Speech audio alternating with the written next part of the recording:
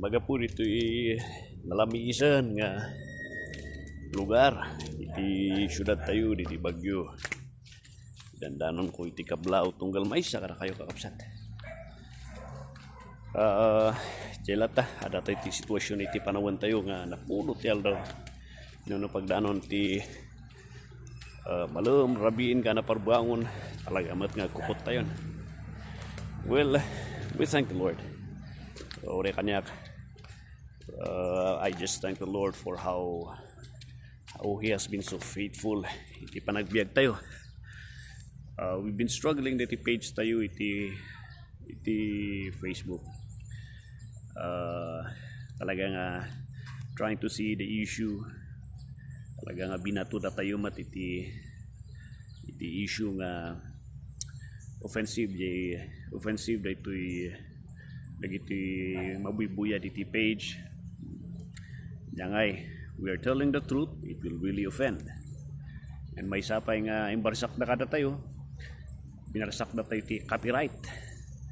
So iti kakastana di ay 90 days nga kita anda no ipalubos di kinapiright ko kano nga ipalubos da nga mabalinak ag operate manan after 90 days pa di ay. So di ay iti problema iti Facebook iti page tayo. The issue concerning iti media nga dayto nga no ada ti ma-offend, you will offend people.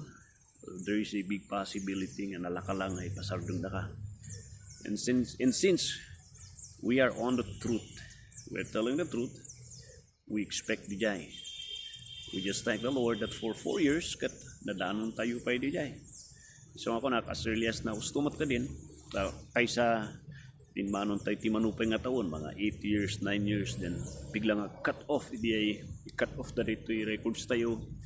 Ayo sayang pa di 9 dagi manung records tayo nga na record tayo bigla lang nga mapukaw inan instant langanan. So di jay tikas lang it's a blessing in disguise nga makapantayo yalis tayo dagiti records tayo iti platform ti social media where mas stable haan nga basta-basta nga mas shutdown da iti respeto di content haan nga dependent di content iti dependent di existence di Facebook iti tao ti reaction ti tao. So yalis tayo dito'y dagiti recordings tayo iti YouTube. May sapay nga napansin ko kunapi man dagiti ubing ko that I think there is already a group of people kasi no may salang iti nagpetition against you. Hangay kaskaso data iti Facebook actually tal na dalang i-ignore daya ignore da lang iti complaint that dakkel ti possibility nga dayti nagreklamo is a group of people. Kita nagpaiso I win niya. You're right panakdagan ako. Yang ay nga rod. Sino man dagita nga grupo. I have people in mind, group nga in mind. Sino dagi ay but bayan tayon. Yang ay nga rod. Kudak nga rod. Narigat mat nga we are to listen or kung tayo nga aramidan ting sugar coated lang ng dagiti kasaba. Tapno aming nga tao kat ma-please da.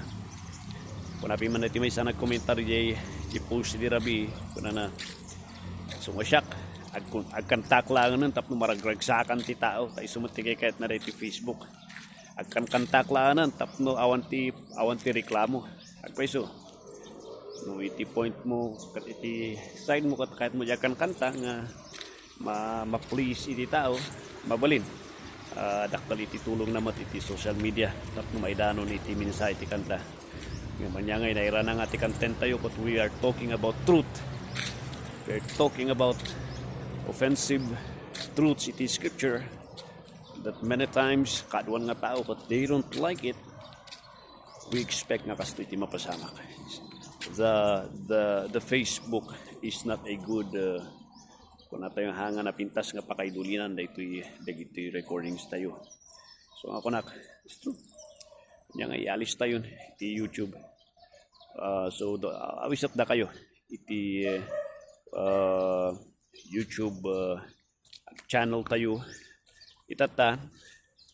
The title nga naikarga idilas The Trails Tidalan Tidalan. It's about the trails of the wounded preacher, and I'm the wounded preacher. Kung nadagiti anak ko, Dad, may samot no isublim di dati latang The Preacher's Dragnet. Kay sutiamo ti tao. Well, we'll see. Tani kasuksukat ko ginagan kat ko na jay kurang kasukat aktik dirabi.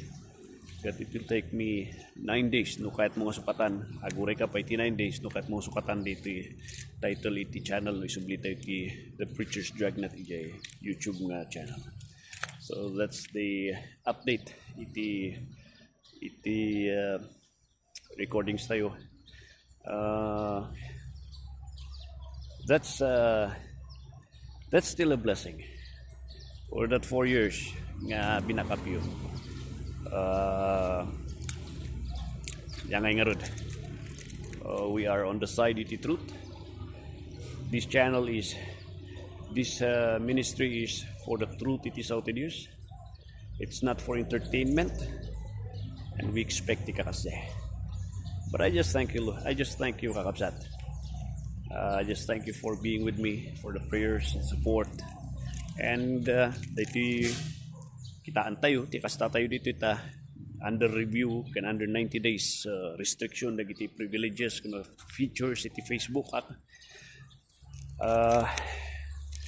dagi na restrict kanyak nga privilege ko can at any time no kuna iti Facebook na i-shutdown da or ibanda dito nga Facebook. Kanya nga rod agbalin lang pa for a while habang adapay lang rito agbalin nga advertisement the YouTube tayo. So keep on, Kakabsat. Follow me jay The Trails of the Wounded Preacher.